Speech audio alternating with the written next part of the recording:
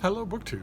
Over the years, many of you have asked me what I think of a YouTube channel called Cosmic Skeptic, a young man named Alex O'Connor, who a few years ago started a channel critiquing and criticizing organized religion, and has since built that channel and his podcast into a lucrative career as a paid speaker on the God circuit, and also has broadened his subject matter to talk about certain issues of philosophy as well.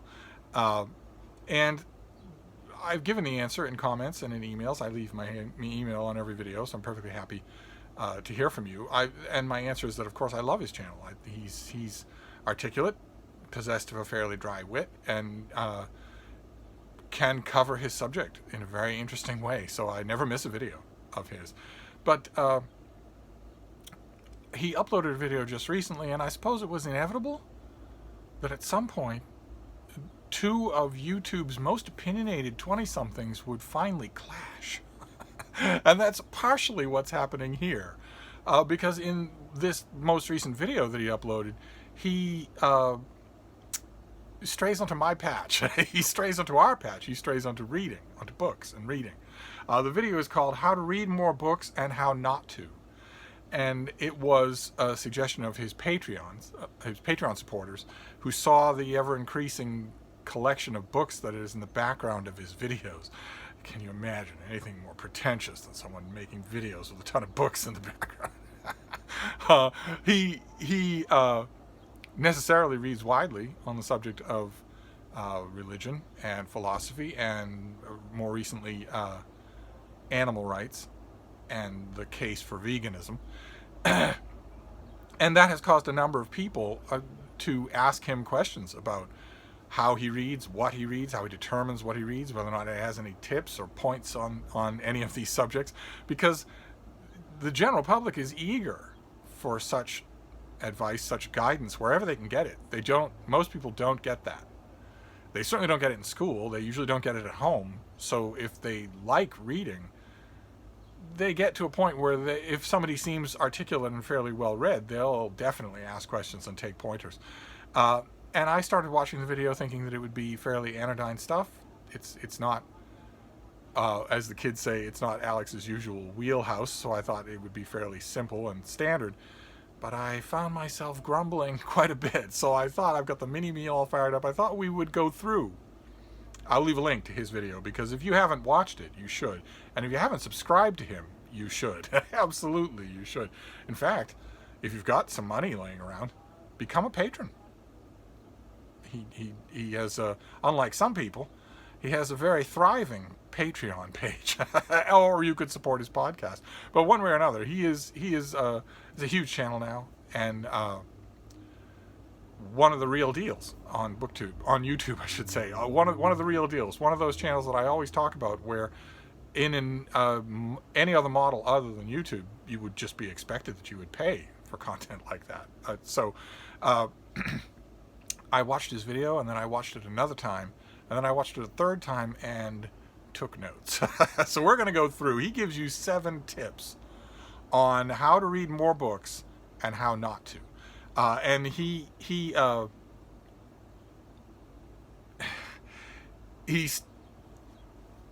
invokes Christopher Hitchens. I believe that Christopher Hitchens is a hero of his, an intellectual hero of his. He invokes Hitchens particularly in the last interview that he gave, an interview that he gave with Richard Dawkins, where he talks about the fact that as a jobbing journalist on Fleet Street and as a itinerant freelance book reviewer, he had read very widely, but perhaps not as deeply as he could have read, and that made his reading maybe a little more shallow than he would have liked it to be. And that ties into one of the points that Alex made later on, one of the tips for reading. I just wanted to, before I get to those tips, I wanted to add my usual 2 prefaces, my 2 preface comments about Christopher Hitchens.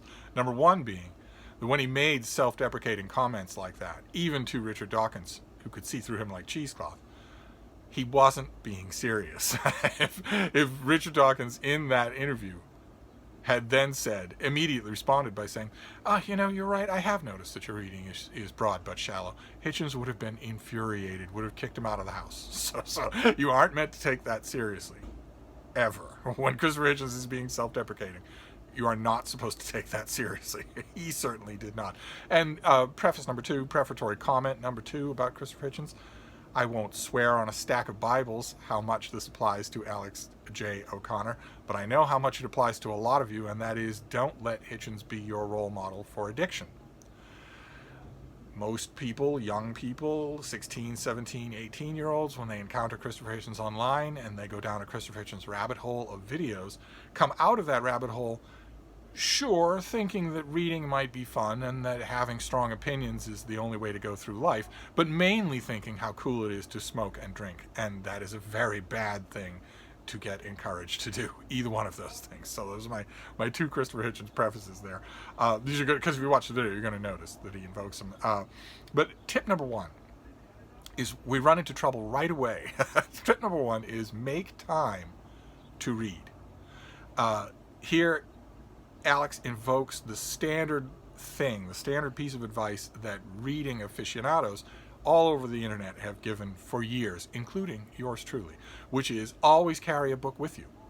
Always have your book, some book that you are reading, with you to fill in the lacunae of a day, to fill in those dead spaces when otherwise you would be just thumbing through your phone or staring at the birdies or whatever. He invokes that advice that so many people have given. Always have a book with you for both expected downtime and unexpected downtime.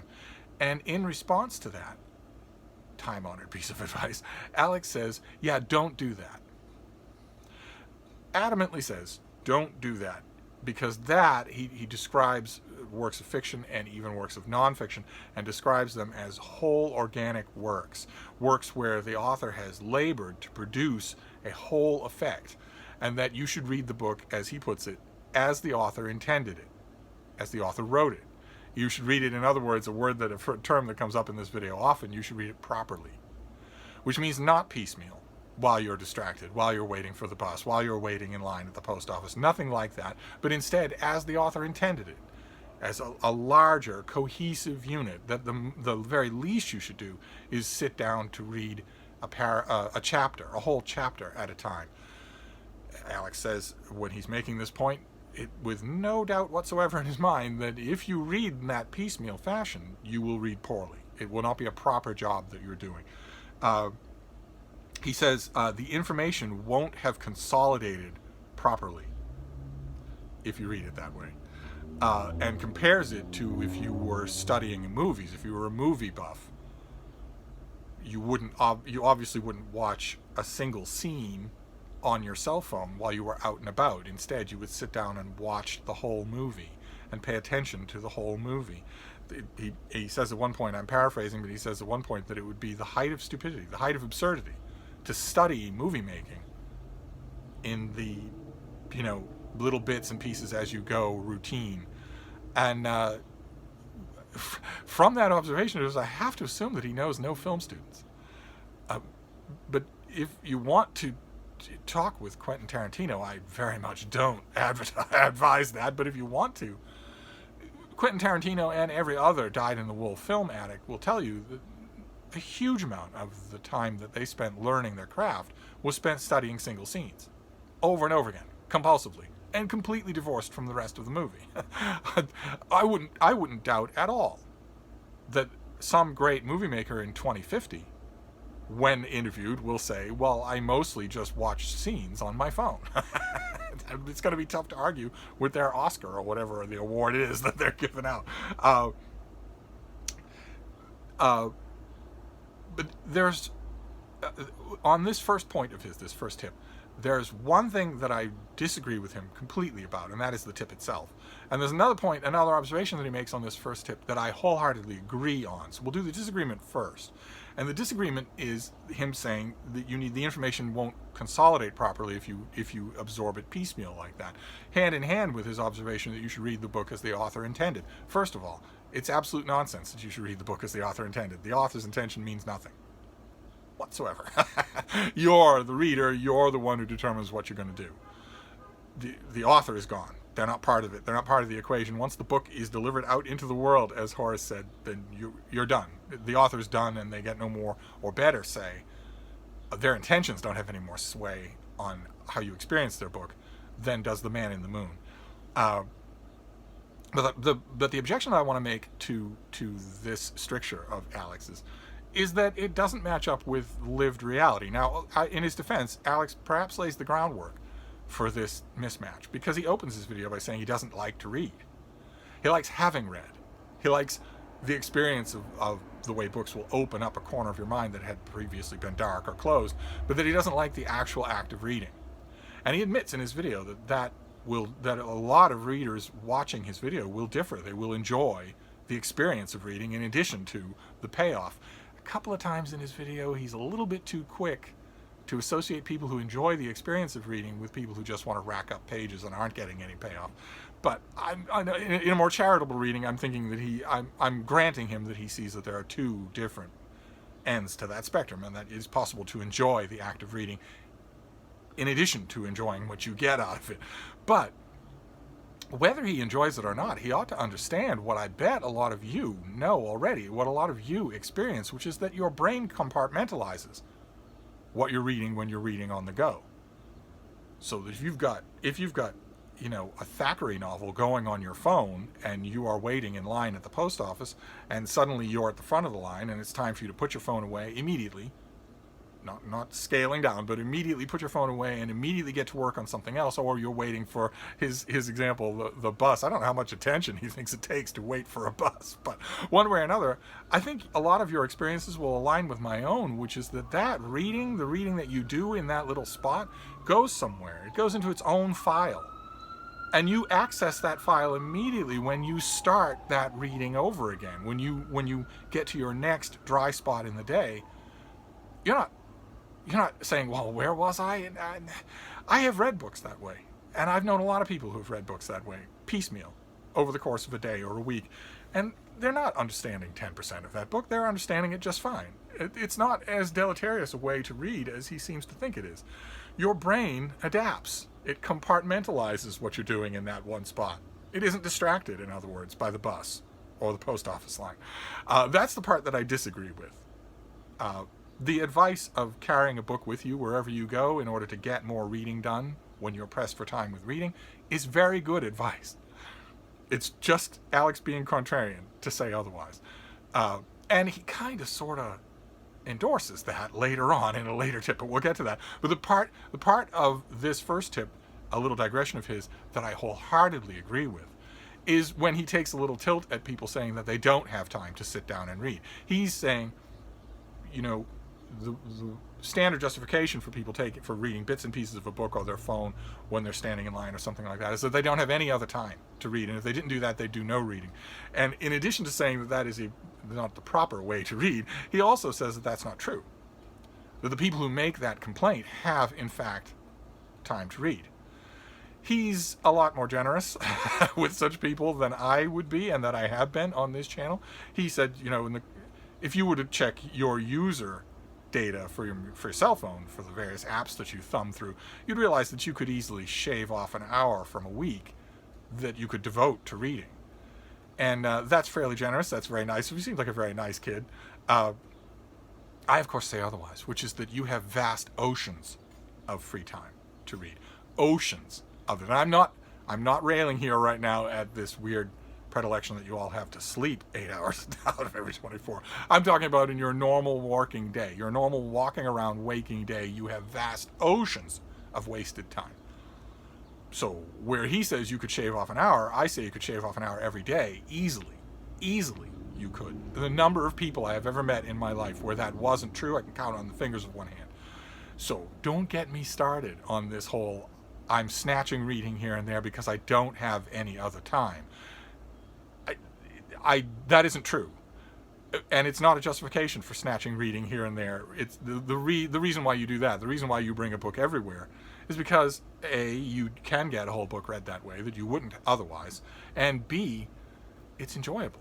It might not apply to Alex. He might not enjoy reading enough to make those moments enjoyable, but I love them. Absolutely love them. So that is a valuable piece of advice in this particular instance. You should ignore the Cosmic Skeptic. And tip number 2 is categorize your books, and this capitalizes on the first tip. where he's suggesting that you put your books into 3 buckets. Bucket number 1 are the books that you don't particularly want to read. Under normal circumstances, you would never sit down and read them. Book number 2 are the ones that you kind of do sort of want to read, but not overwhelmingly so. And then bucket number 3 are the ones you definitely want to sit down and absorb from start to finish, every molecule. And his contention is that if you're going to bits and piece read as you go along, standing at the bus stop or in line or whatever, it shouldn't be the 3rd bucket. It should be a book that you're not all that invested in, but that you might not have read if you didn't do it that way. And again, these two tussle-haired 20-somethings disagree. Because I say that you shouldn't be dealing with the books that you don't really want to read. Your life's too short, right? Not only the aforementioned 8 hours of being comatose out of every 24, but in an eye blink of time, you're going to be dead. So you don't really have time for the books that you don't want to read. And it's generally been my experience that those books, that first category and a chunk of that second category, are books that you just think you should read, that some exterior factor has weighed in on, not anything internal to you. And that ties in to the last of his points. We'll get to that because we end in total agreement. So for tip number 2, I would say you should only have one bucket, and it should be the books that you really want to read. It's separate from how you read them. I don't think that the advice in the first tip about how you read books is completely accurate. So how that redounds to the second tip, follow suit. The 3rd tip is the big one. The 3rd tip is the problem. Don't finish every book. The quote being, bear in mind that it's not beneficial to read the entire thing. And yes, you're allowed to say that you read the book, even if you only read most of it. No, you're not. If you haven't read the book, you haven't read the book. and when Alex says, bear in mind that it's not beneficial to read the entire thing, that you can read, key chapters or extract a chapter here and there, or read until the book loses interest or takes a turn that you're not prepared for, and then just drop it and move on to something else. When he says that, he is prescribing a bad way to read. That is not, in fact, to use his own phrase, reading properly. That is reading improperly. And I might ask, what happened to abiding by the way the author intended the book to be read? The author didn't intend you to skip. The author didn't intend you to jump around. The author didn't intend you to extract one chapter out of 20. So you can either have that as a rationale, looking over your shoulder at what the author intended, or you can't. But you can't have it both ways. Don't finish every book is bad advice. That will make you a bad reader, a shallow reader, which maybe redounds to what he was the point he was making with Christopher Hitchens. But the thing about Hitchens is that although he read widely, and when he was tempting someone to be self-deprecating by saying that it was maybe a little shallow, he didn't ever not finish books. That never happened. You talk to him in that Washington apartment full of those books, and he knew the book backwards and forwards all the way to the end, necessarily so, since he got a lot of the training for doing that as a professional book critic. And the last thing that you want as a book critic is to have a book pull a switcheroo in the last 10 pages and catch you out because you didn't read them. And so book reviewers learn that quick. No matter what, I think it was Sidney Smith 150, 170 years ago, who said, I never read a book before I review it. It prejudices one. So despite that, professional book reviewers, people who have bylines every week, know better than to skim, to not finish, to pick and tweezer. So this has the potential to cement a bad habit in your mind. So rather than a tip that says don't finish every book, the Steve version of this tip would be don't commit to books that you're not going to finish, which connects with those first 2 buckets in the previous tip. You shouldn't be dealing with books that you're not going to read, that you're going to tweezer here and there. And also, I want to stress again, the quote was, and yes, you're allowed to say you read the book even if you only read most of it. That is not true. Okay? He uses the example of YouTube. Typical, I guess, for a successful YouTuber. He says, you don't watch every YouTube video all the way to the end, but you still say that you watched it. I'm not sure that's a good comparison. Or we wouldn't be talking about books right now. Tip number 4 is specialize your reading. And this follows straight from tip number 3, where he's saying, if you're reading for a particular reason, let's say you're boning up for debate on creationism, well, then you don't need to read all of The Origin of Species. You just need to read the pertinent bits of The Origin of Species. If you're reading up on animal rights, you don't maybe need to read all of Animal Liberation, just the pertinent bits to it.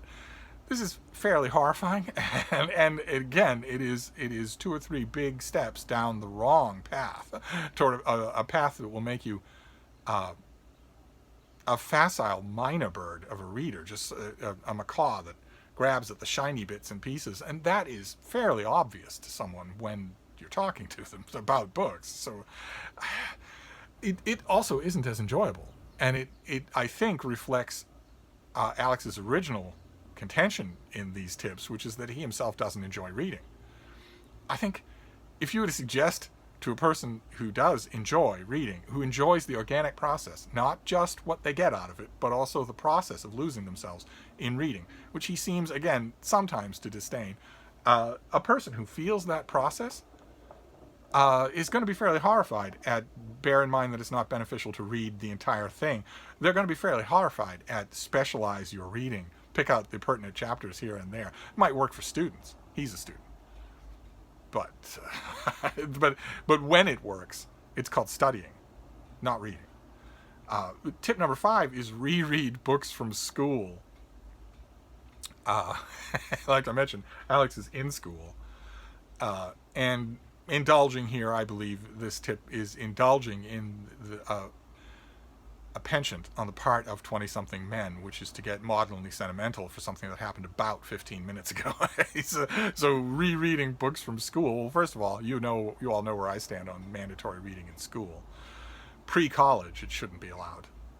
There should be mandatory reading, but not mandatory books. You pick the books. And the broader point that he makes, that you revisiting some of those books that you read with a gun to your head might show you more about what's in them, that broader point is true. I guess his point when it comes to reading more books is that you didn't really read them the first time, that you'll get more out of them the second time. Not much to contend with there. Then tip number 6 is don't expect to enjoy yourself. And at this point, again, he's repeating his opening contention that he doesn't like the experience of reading. And at this point, I would imagine a great number of you are saying, what? What are you talking about? Reading's the most fun in the world. I agree.